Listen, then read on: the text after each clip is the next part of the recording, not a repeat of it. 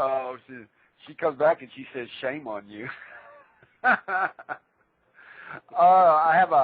have another gentleman here who comes in and he says, would it be a good idea to buy General Motors stock since the government has taken over? No, because I don't think the government will be successful in running the company, and I don't know how they're going to work out the new stock deal. Are they going to base it on the old stock, or are they going to let the old stock collapse and everybody lose their money and institute a new issue of stock? I haven't heard how they're going to do that. So I wouldn't do that. That kind of leaves it up in the air. I wouldn't buy stock in anything the United States government's control. They put it. The last I heard, they had a 30-year-old guy taking over General Motors, and he didn't have any sense or rhyme or reason on how to run or build an automobile or anything about automobile manufacturing or the unions. I don't understand where they even get the idea that a 30-year-old guy with no experience, been out of college only 4 years, can take over a multi-million-dollar corporation and run it. It don't make sense. Well, he's probably connected to an Illuminati family, and you know, being in the government or the military, you know that everything they touch turns to FUBA.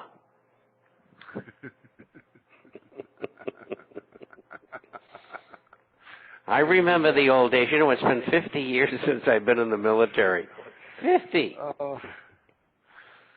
I have a number of new listeners that are active duty or just recently retired within the last 3 months, coming back from Iraq and Afghanistan, and they're sending me laughter in the chat room here. What does Mr. Chapman feel about AIG and the fact that they took $4 billion in stock in 2005? Their previous president or chief executive officer did.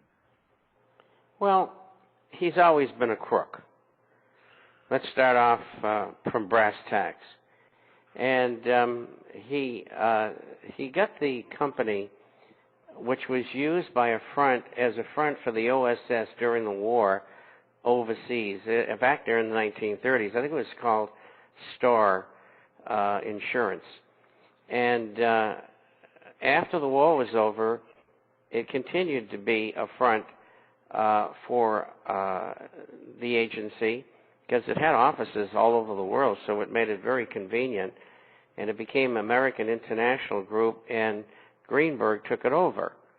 And they also were involved in, as paymaster from time to time, as a front for the agency as well as laundering money. And that was one of their prime functions. And they became the largest insurance company, I think, in the world. And everybody just got a little bit too greedy. And what they were doing was they were writing derivatives without having any collateralization.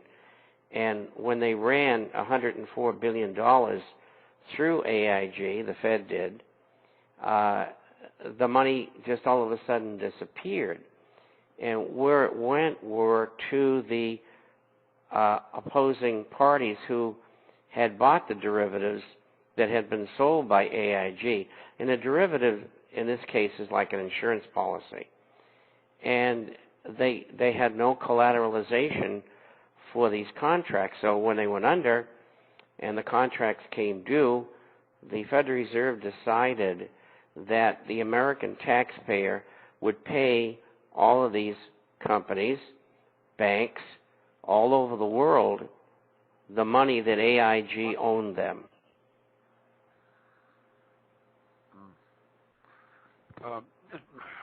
I got an item here, and it relates to my news and views this morning.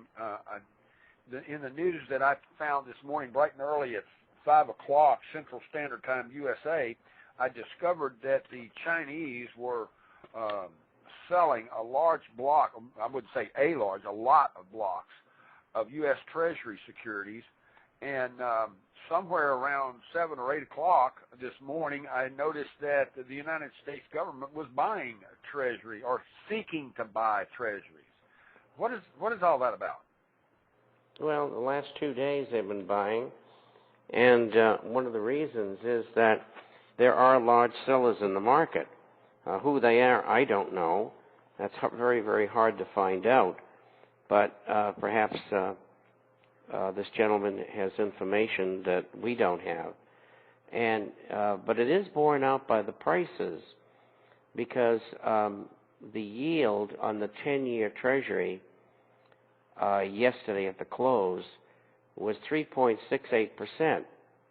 And today on the close, it was 3.82%. And that's a fairly large increase in the yield. And what that means is that the value of the bonds went down, which would indicate selling, and would bear out what the gentleman has said. Now, yesterday the 2-year closed at 115, and today it closed at 125, which means they were under pressure as well. And so I think that there's a lot of pressure, and I don't know who the seller is. Chinese may have been. They certainly have reason to sell and not happy about what's going on in America.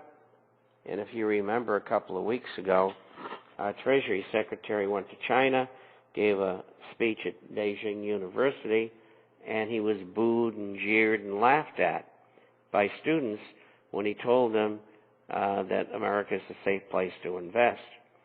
And so I think what he has heard, I'll treat it as rumor, may very well be correct. It's understandable. Very good. We got to take a break, ladies and gentlemen. We'll be back. You've got Bob Chapman, the international forecaster. That's the, T-H-E, international forecaster, FORECASTER.com. And this is a Marines Disquisition, heard live around the world on Wind Talkers Radio Network.